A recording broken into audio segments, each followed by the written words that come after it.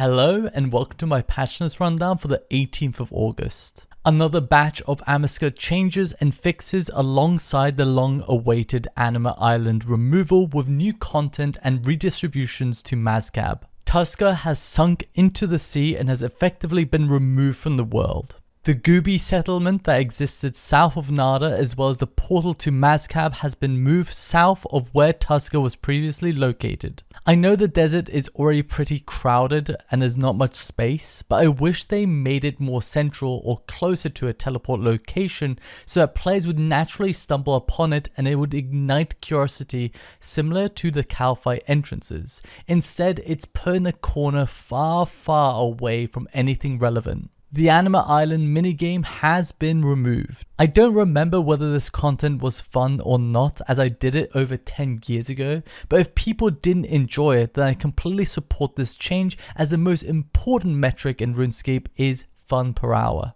Any remaining Anima Island currency has been converted into techie. All emotes, animations, titles and cosmetics previously purchased or earned at the Anima Islands have been moved to the Gooby Armorsmith shop. The Sacrifice, Devotion and Transfigure abilities have been removed from the God Wars Dungeon 1 drop table and are now obtained by completing the one piercing note quest. Players no longer need to go to the Gooby graveyard to cash in Gooby burial charms. Introduced a new Slayer creature, Beastmaster Hounds. It has a level 43 Slayer requirement and can be assigned by Sheldar, Mashna and Simona, and they can be found to the east and north of Nemi Forest. I love that this can naturally introduce low level players to Mazcab, but unfortunately for someone with 43 Slayer, they're not going to have the travel methods that we take for granted. It's going to take them almost 5 minutes to get to the Slayer location, and when they finally get there, the monsters weirdly have a 1 minute respawn rate, so you can end up waiting around for spawns. The Tuska Wrath ability codex can now be obtained via Techie or as a tradable 1 in 400 drop on task and a 1 in 1000 drop off task from both A-Roots and Beastmaster Hounds. Tuska's War Priest can now be purchased with Techie at the Gooby Armorsmith shop or obtained as a drop from A-Roots and Beastmaster Hounds.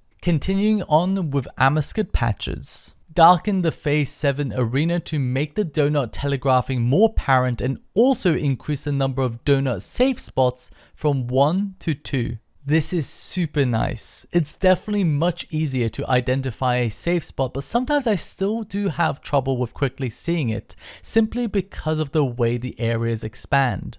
Luckily, there are 2 safe spots now which narrow down where players need to look. Also, I don't know if there being 2 safe spots means that there's only 2 different variations to this mechanic, but if that's the case, players would want to stand in these 2 positions represented by purple dots, depending on their starting quadrants, and only look at those 2 donut telegraphs rather than having to observe all 4.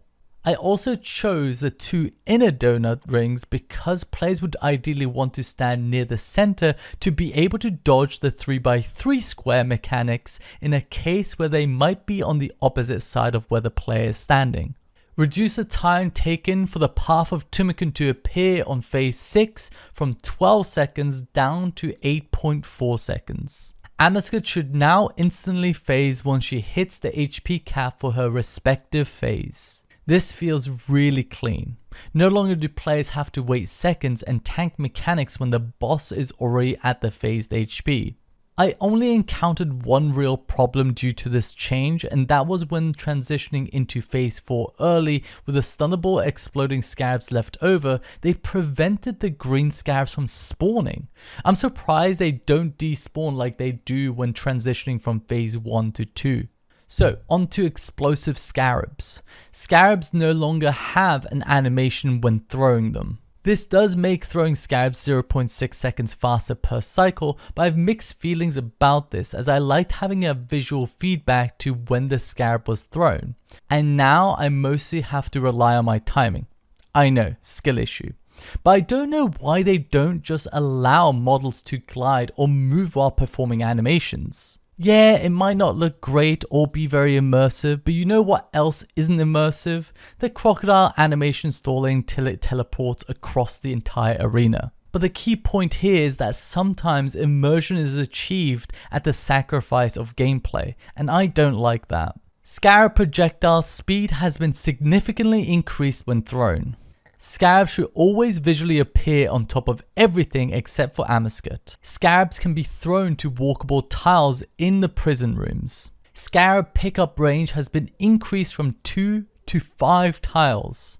Scarabs now have a 2-tile AoE to break the green aura carapace effect. I think all of these changes are amazing, and as great of a boss Amascut is, I think there's a lot of polishing that can make it even better. And that's it for this week's patch notes. Thank you for watching and take care.